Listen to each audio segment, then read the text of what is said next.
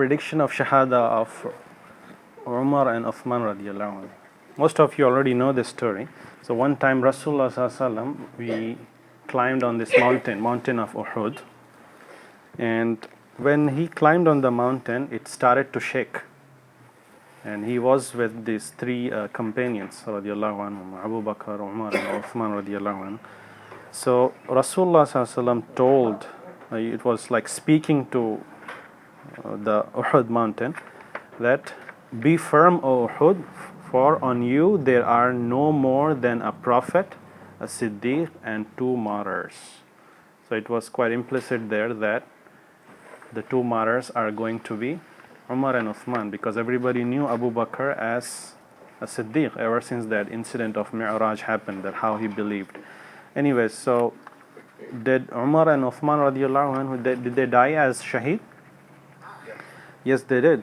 And just to recap that story, what happened, how was Umar radiallahu anhu assassinated? What was the name of that person? Abu Lu'lu, also known as Firoz. So he was a Persian guy. At that time, as I mentioned, that Battle of Qadisiyah, the Muslims won that battle, and Persian slaves, they were captured and brought into Medina. He had a lot of grudges in his heart, and also he didn't agree with the taxing of the slaves. He used to think that people charge me a lot and all those kind of things. So Umar radiallahu anhu, he had arguments with him. So he didn't like him. That grudge in his heart, it kept on building. So one day what happened? He planned to assassinate him. And what he did, he waited one day when Umar radiallahu anhu, he was leading the prayers in Masjid al-Nabawi, Fajr time. He came from the back. Actually, he was hiding in front of the member maybe. So he came out of the hiding and he stabbed Umar radiallahu anhu 6 times in the back. And the last time he stabbed in his chest. And he wanted to run away. But people, captured him. And while he was trying to escape, he actually also used his dagger to kill other Sahaba as well. And all those people died as well. Umar radiallahu anhu, he somehow managed to live for like 4 days. And after that, he attained his Shahadah. So he was always used to wonder, how is it possible that Rasulullah sallallahu alaihi wasallam said, I am going to be a Shaheed when I am always here, never participating in the battles. As a Khalifa, I have to be here. And he was just wondering, and this is how he became Shaheed. 10 years, 11 years of his Khilafah came to an end this way. And Uthman radiallahu anhu, he also used to think the same thing. And he actually, when his time, he used to have so much of security, because now, the previous Khalifa was assassinated. There were always going to be people to protect the Khalifa. So he was always well guarded. And he also used to wonder, how is it going to be possible that I'm Shaheed? I cannot go to the battles, cannot fight.